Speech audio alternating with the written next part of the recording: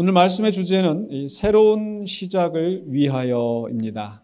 지난 주일날은 우리 누가복음 19장 28절로 40절에서 예수님께서 예루살렘에 오실 때 굉장히 특별한 방식으로 찾아오셨다. 예루살렘으로 행차하신 모습을 우리가 보았습니다. 감람산에서부터 이제 나귀 새끼를 타고 예루살렘으로 오셨는데, 이것은 그냥 하시는 일이 아니라 예수님께서 구약 성경에서 예언되었던 메시아, 왕이자 구원자로서 이 예루살렘에 오신 것을 선포하시는 행위입니다. 그래서 이 제자의 무리들도 온 무리가 예수님을 영접할 때 주의 이름으로 오시는 왕이여 라고 하면서 왕으로서 그분을 영접하였습니다. 그러할 때 그들은 이제 큰 소리로 찬양하고 환호하면서 예수님을 영접한 거죠. 이렇게 떠들썩하게 예수님께서 축제 분위기 가운데 오셨을 때, 그래서 이 사람들은 이제 이 예수님이 예루살렘에서 어떻게 하실까라고 하면서 굉장히 모두 다 주목하고 있었을 것 같습니다.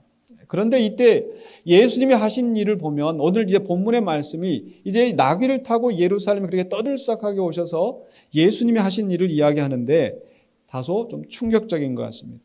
왜냐하면 예수님께서 오셔서 하시는 것은 예루살렘을 보시고 우시면서 또 그 예루살렘에 끔찍한 일이 일어날 것을 예언하셨기 때문입니다. 또 성전에 들어가셔서 그 성전에서 장사하는 자들을 다 쫓아내시고 채찍을 휘두르시면서 어쩌면 사람들이 보기에 미친 게 아닌가 할 정도로 그렇게 충격적인 상황이었었던 거죠. 하지만 이 예수님이 하시는 행동, 예수님이 하시는 말씀은 그냥 우연히 하시는 게 아니고 굉장히 거기에 깊은 의미가 있기 때문에 우리가 그 의미를 함께 살펴보고자 합니다. 오늘 예수님이 하시는 일을 본문 속에서 이게 두 가지로 요약되어지는데, 첫 번째로는요, 41절로 44절에서는 예수님께서는 예루살렘 성을 보시고 애통하셨습니다. 41절에 보면은요, 가까이 오사 성을 보시고 우시며, 가까이 오셨다라는 것은 바로 앞에 지금 이 나귀를 타고 사람들의 환호 속에서 예루살렘에 지금 오시고 있는 행차 가운데 일어난 일입니다. 우리는 일주일 만에 지금 이 말씀을 보지만 지금 예루살렘으로 지금 기쁨 가운데서 들어가시는데 거기서 예수님이 눈물을 터뜨리시는 거예요. 좀 지난주에 우리가 나눴던 말씀 속에서는 사람들이 이렇게 환호하면서 주의 이름으로 오시는 왕이여, 심지어는 바리새인들이 당신의 제자들 좀 꾸짖으라고 할 때 예수님께서는 뭐라고 말씀하셨습니까? 이 사람들이 침묵하면 돌들이 소리 지를 것이다. 아마 이때 예수님의 모습을 상상해 본다면 마치 수많은 이 관중들인데 그 속에서 이 슈퍼스타가 딱 출연을 하면 사람이 박수하면서 환호하면서 휘파람 불고, 그때 아마 예수님이 이런 모습으로 나타나지 않으셨을까? 그냥 상상입니다. 그런데 그 순간에 갑자기 예수님께서 눈물을 터뜨리시는 거예요. 그렇게 즐거운 축제와 환영의 분위기 속에서 예수님이 예루살렘에 오셨는데 정작 가까이 오셔서는 그 성을 보시고 눈물을 흘리셨다. 왜 그러셨을까? 이건 분명히 감격의 눈물이 아니었습니다. 물론 우리가 너무 간절히 바라는 어떤 사람을 만나게 되었을 때, 어떤 자리에 오게 되었을 때 정말 너무 좋아서 눈물이 날 때가 있는데, 예수님의 눈물은 그런 눈물이 아니셨단 말이죠. 바로 뒤에 나오는 말씀을 보면은 바로 이 예루살렘의 무지함과 또 그 무지함 때문에 이 예루살렘이 겪게 되는 비참한 미래를 보시기 때문에, 마치 예레미야 선지자가 이 예루살렘의 멸망을 예언하면서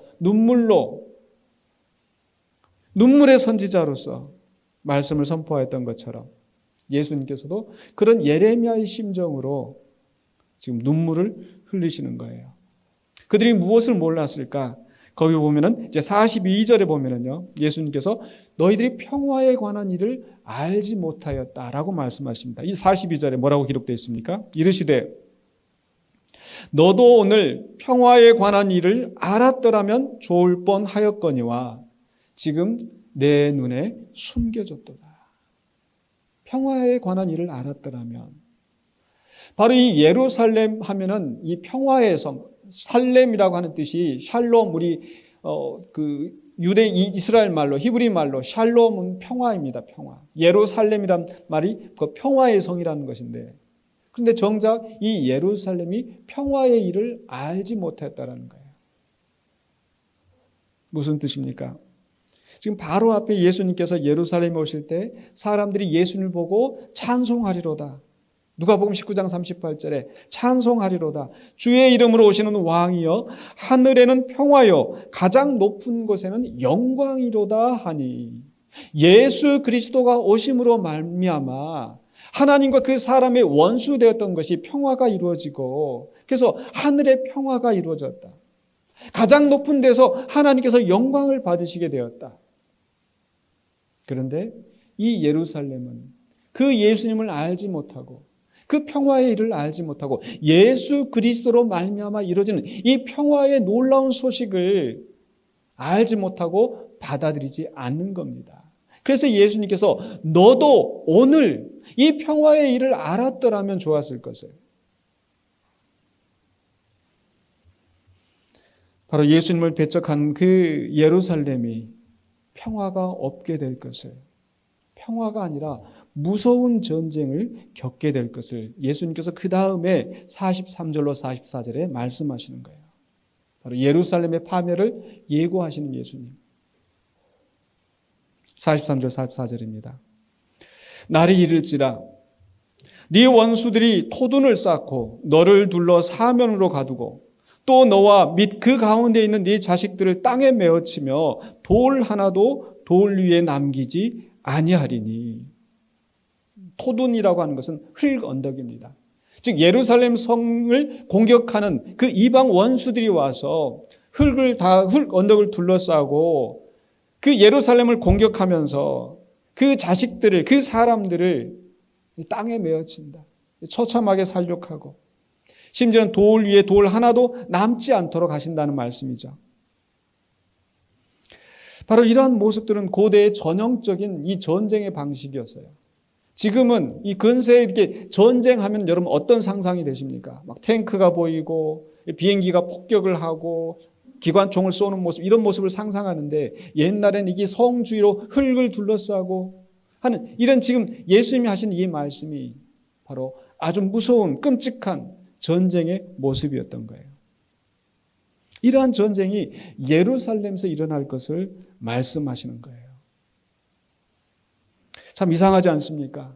바로 앞에서 평화의 왕으로 오시는 예수님, 우리를 구원하소서 환호하는 이 음성 가운데서 예수님께서 등장하셨는데, 정작 예수님은 그 예루살렘의 멸망을 예언하시는 겁니다.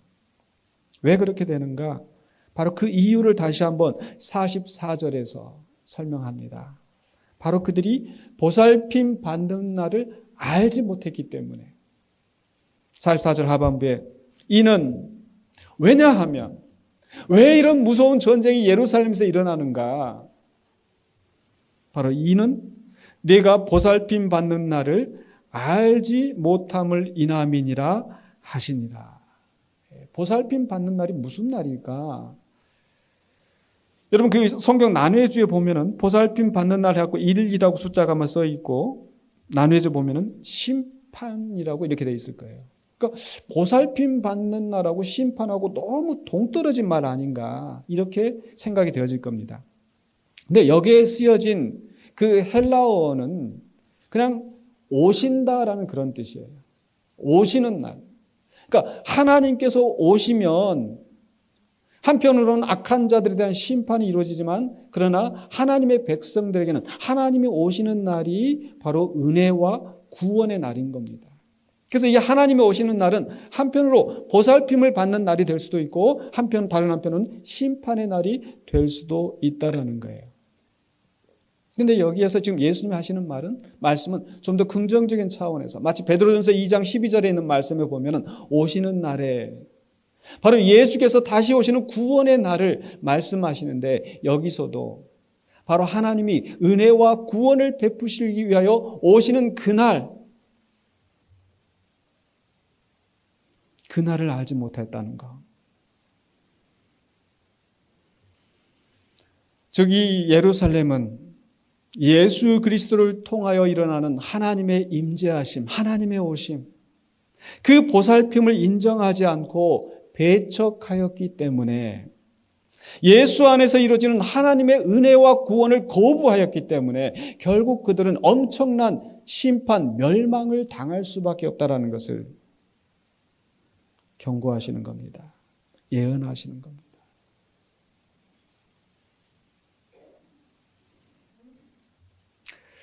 예루살렘은 하나님의 택하신 도성이었고 하나님의 임재하심 있는 성전이 있는 곳이었지만 그들은 예수 그리스도를 알지 못하고 하나님의 은혜와 구원을 배척하였기 때문에 그들은 멸망의 길로 갈 수밖에 없다는 것을 예수님은 보시고 탄식하시며 우시는 겁니다. 그런데 예수님은 이 멸망을, 옛 시대의 멸망을 그저 탄식하고 우시는 데서 끝나는 것이 아니라 그곳에서 새로운 시작을 하십니다. 그게 바로 45절로 48절에서 성전을 회복하시는 그 예수님의 모습에서 나타나죠. 성전을 회복하시는 예수님. 어떻게 성전을 회복하시는가? 먼저 45절로 46절에 보면은 예수님께서 그곳에 성전에서 장사하는 상인들을 내쫓으시는 거예요.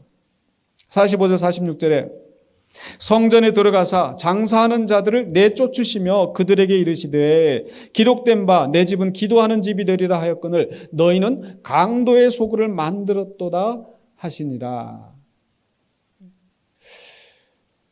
지금 이 성전에 장사하는 자들이 아주 이상한 건 아니었습니다. 우리도 그 유명한 유적지나 어떤 관광지에 가면은 다 이렇게 보고 나면 꼭 이렇게 기념품 판매하는 곳이 있잖아요. 또 이게 여행객들이 필요한 것들을 이렇게 살 수 있는 그런 곳이 있는 것처럼 바로 이 성전에도 해마다 또 절기 때마다 이 순례자들이 찾아오고 또 제사하기 위해서 희생제물을 드려야 되는데 바로 그 희생제물을 거기에서 구입하는 거예요. 멀리에서 올 때부터 그 모든 것들을 다 가져올 수 없으니까. 또는 심지어 이 당시에 이스라엘 사람들은 여러 나라에 흩어져서 그곳에 있는 그 외국 돈을 가지고 있는데 마치 우리도 어디 외국에 나가려고 하면 돈을 환전하는 것처럼 바로 이 성전에서 헌금을 하기 위해서 헌물하기 위해서 필요한 것들을 돈을 바꾸기도 하고 또 물건을 사기도 하고 먹을 것과 마실 것을 사기도 하고 그래서 어떤 면에서 이 장사하는 사람들이 꼭 필요한 상황이기도 했습니다. 그런데 문제는 뭐예요? 이들이 거기에서 폭리를 취하는 것. 멀리서 와서 이 순례의 길을 와서 예배하려고 왔는데 턱도 없이 그 비싼 그 환전과 그 재물을 값을 치르고 어쩔 수 없이 해야 되는 이 상황에서 예수님 어쩌면 그들을 향하여서 너희가 강도의 소굴을 만들었다 라고 말씀하신 게 아닌가.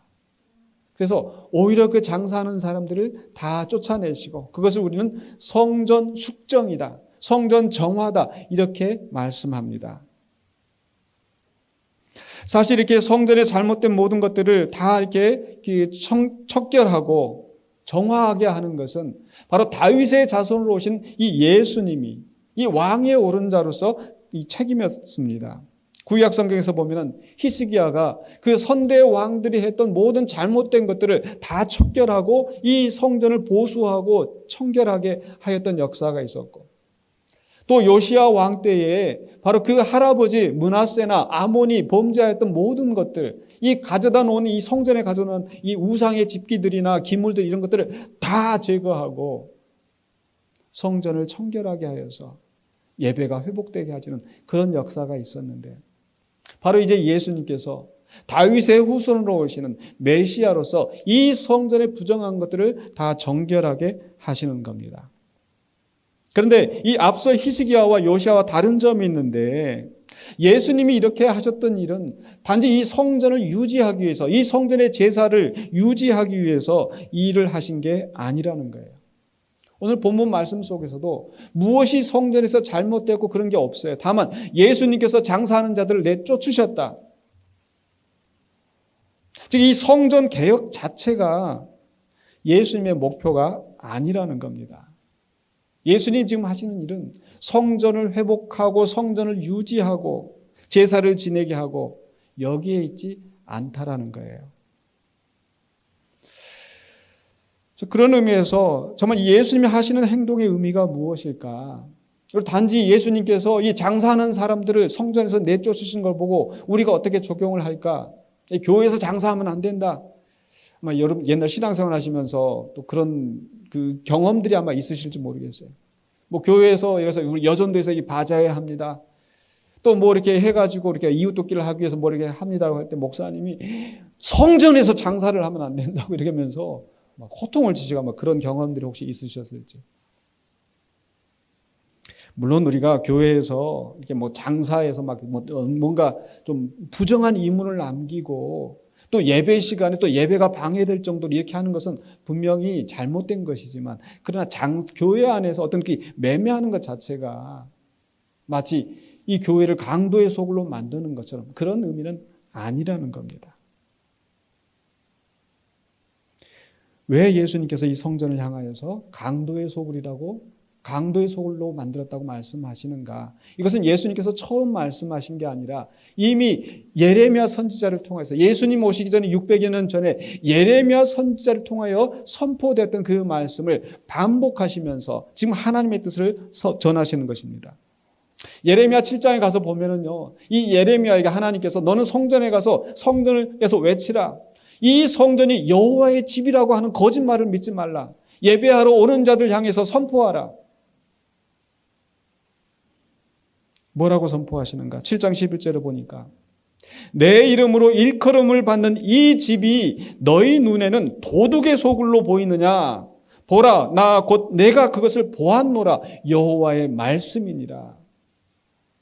실제로 이 예루살렘에 예배하러 성전에 나오는 이 사람들이 하나님의 성전을 도둑의 소굴로 만들고 있다는 것을 말씀하시는 거예요. 왜냐? 그 이유가 바로 앞에 9절로 10절에 말씀하시는데 이렇게 말씀합니다.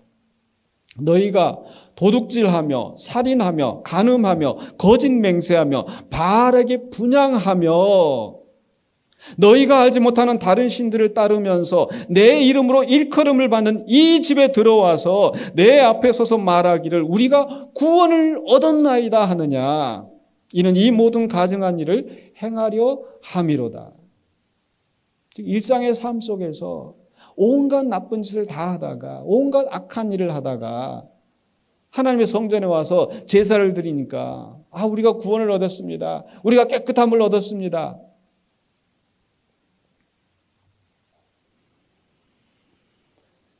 일상의 삶 속에서 하나님의 말씀대로 순종하지 않고 자기 욕심대로 자기 생각대로 살다가 그저 성전에 와서 제사하고 예배하면 하나님이 기뻐하실까? 아니라는 겁니다.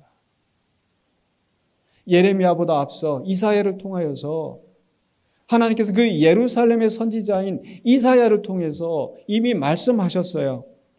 이사야서 1장 13절과 14절에 헛된 재물을 다시 가져오지 말라. 분향은 내가 가증히 여기는 바요. 월삭과 안식일과 대회로 모이는 것도 그러하니 성회와 아울러 악을 행하는 것을 내가 견디지 못하겠노라. 내 마음이 너희의 월삭과 정한 절기를 싫어하나니 그것이 내게 무거운 짐이라 내가 지기에 곤비하였느니라. 안식일마다 모여서 월삭 때마다 모여서 절기 때마다 그렇게 모여서 하는데 그걸 하나님이 받아들이시기에 내 짐이라. 더 이상 가져오지 마라. 내가 질렸다. 왜 그렇습니까? 성회와 더불어서 악을 행하는 그들의 삶에 대해서 그 삶이 잘못되었기 때문에 그 예배를, 그 기도를 받아들이시지 않는 거예요. 그래서 정말 하나님이 원하시는 것은 무엇인가? 그래서 그 다음에 16절로 17절에 너희는 스스로 씻으며 스스로 깨끗하게 하여 내 목전에서 너희 악한 행실을 버리며 행악을 그치고 선행을 배우며 정의를 구하며 학대받는 자를 도와주며 고아를 위하여 신원하며 과부를 위하여 변호하라 하셨느니라.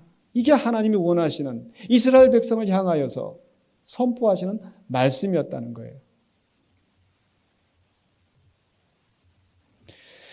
예수님 시대에도 그 대제사장과 서기관들이 또 바리새인들이 성전에 와서 제사하고 예배하고 사람들한테 그것을 독려하고 하면서 그 속에서 장사하는 자들을 내세워서 자기들의 욕심을 채우고 자기들의 명예를 내세우고 그러면서 우리가 구원을 받았다. 우리가 하나님께 영광을 돌린다.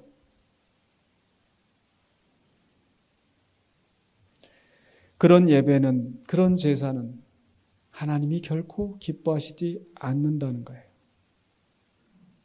그걸 보여주시는 겁니다.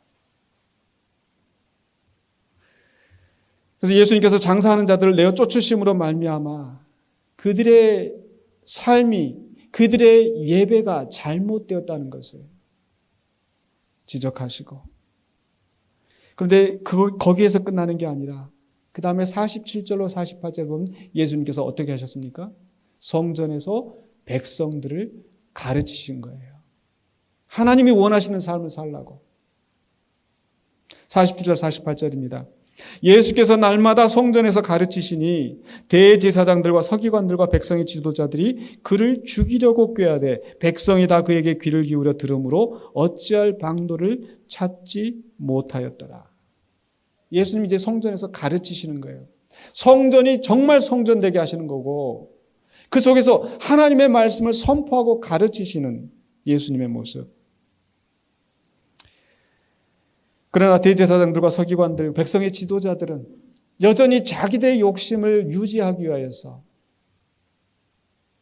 예수님을 반대합니다. 예수님을 죽이려고 합니다. 그런데 이게 예수님이 하시는 모습이 하나님이 진정 원하시는 성전의 모습이었거든요. 이게 구약 성경에서 그렇게 예언이 되어 있습니다. 방금 전에 제가 이사야서 1장에서 하나님께서 이 성회와 이 월삭 때마다 모이는 거 내가 질렸다 가져오지 마라 이렇게 말씀하시는데 그 다음에 2장에 보면은 말일에 여호와의 전에 산이 높아질 것이요 많은 사람들이 그리로 몰려들 것이라 라고 말씀하시는데 그때 무슨 일이 일어나는가? 이사야서 2장 3절에 많은 백성이 가며 이르기를 오라 우리가 여호와의 산에 오르며 야곱의 하나님의 전에 이르자.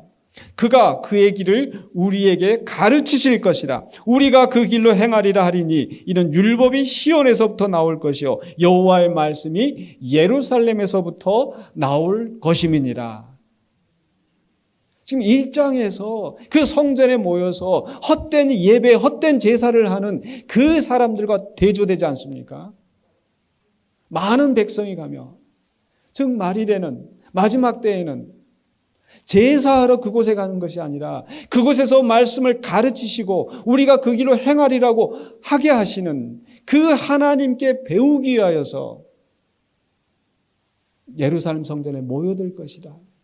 바로 그 말씀이 지금 예수 그리스도를 통하여 성취되고 있다는 것을 보여주시는 거예요. 가르치시는 거예요. 그래서 그 다음에 20장과 21장에서 지금 예수님의 가르치심이 어떤 것인지가 그 다음에 쭉 설명이 되어지는 거죠.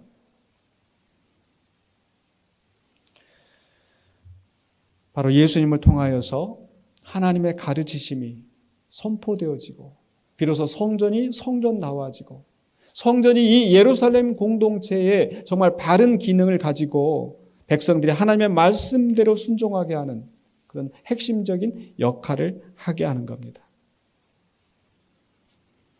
그러나 여전히 구시대의 전통에 사로잡힌 대제사장과 서기관들은 이러한 예수님의 가르침을 받아들이지 못하는 거예요.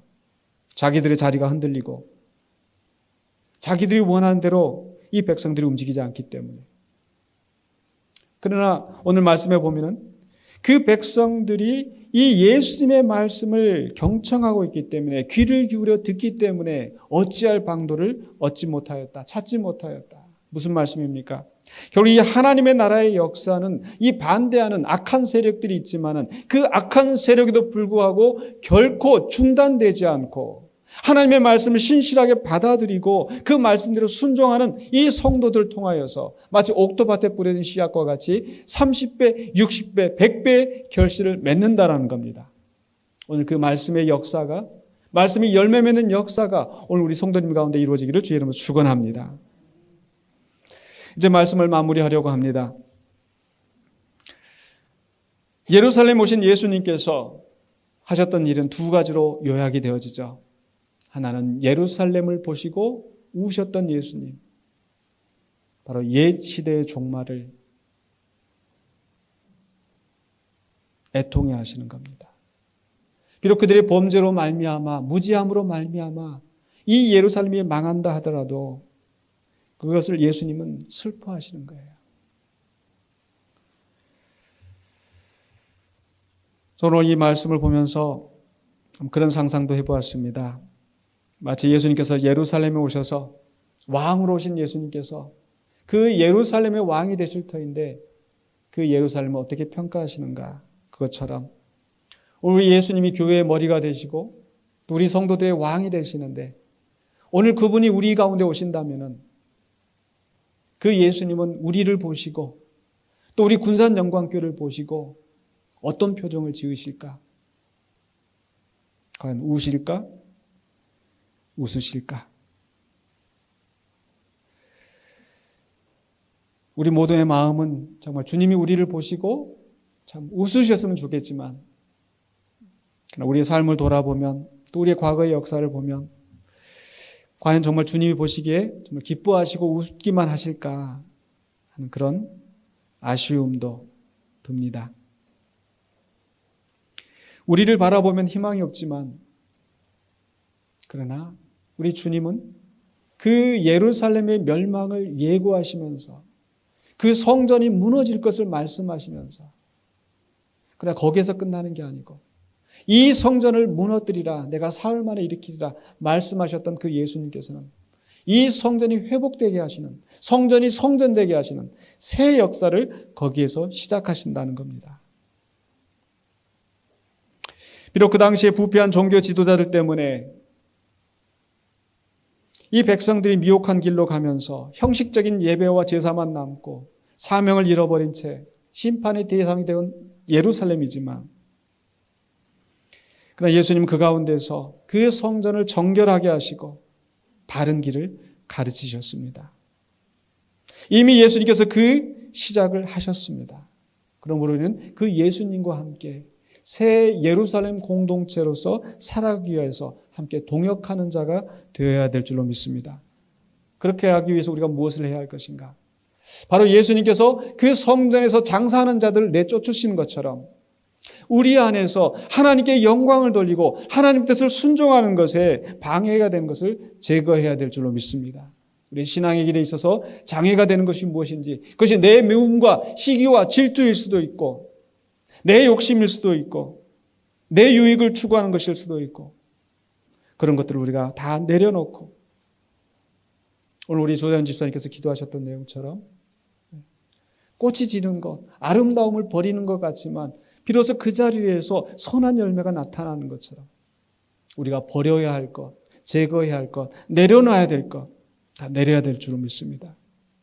그리고 나서 우리가 또 무엇을 해야 될까요? 바로 예수님께서 그 성전에서 그 빈 자리에서 말씀을 가르치셨던 것처럼 우리 교회가 정말 진정한 사명이 무엇인지, 하나님의 뜻이 무엇인지를 분별하고, 또한 예수님께서 제자들에게 말씀하셨던 것처럼 내가 너에게 분부한 모든 것을 가르쳐 지키게 하라 하신 그 말씀대로 이 강단에서 온전한 말씀이 선포되어지고 성도들이 함께 모일 때 이 말씀에 대해서 공부하고 묵상하고 삶의 자리에서 하나님의 말씀을 붙들고 그 말씀대로 어떻게 순종하며 살 것인가를 생각하면서 하나님이 기뻐하시는 성도로서 공동체로서 거듭날 수 있기를 주의 이름으로 간절히 축원합니다. 그러하실 때 우리 주님이 다시 오시는 그날에 우리는 주님 앞에 서서 기쁨으로 주님을 맞이하고 또한 주님께서도 우리를 바라보시면서 환하게 웃으실 줄로 믿습니다. 그날을 맞이하시는 우리 모두가 되시기를 주의 이름으로 간절히 축원합니다. 기도하겠습니다. 거룩하신 아버지 하나님 은혜를 감사합니다. 이 시간에 예루살렘에 오셔서 우셨던 예수님의 모습, 그리고 성전을 청결하게 하시고 그 성전에서 가르치셨던 예수님을 바라보면서 오늘 우리 교회가, 우리 성도들이 어떻게 살아야 할지, 어떻게 나아가야 될지를 한번 생각했습니다. 하나님, 우리가 형식적인 예배와 제사에 사로잡히는 자가 되지 않게 하여 주시고, 또 내 욕심대로, 내 생각대로, 내가 원하는 대로 이 교회가 가는 것이 아니라 주님이 기뻐하시는 뜻을 따라서 하나님이 기뻐하시는 공동체로 세워지기를 원합니다. 그러기 위해서 우리 자신의 내려놓을 것을 내려놓게 하시고, 포기할 것을 포기하게 하시고, 온전히 주님이 기뻐하시는 뜻을 붙잡고 나아가는 우리 성도들, 우리 공동체가 되게 하여 주시옵소서. 예수 그리스도 이름으로 기도하옵나이다. 아멘.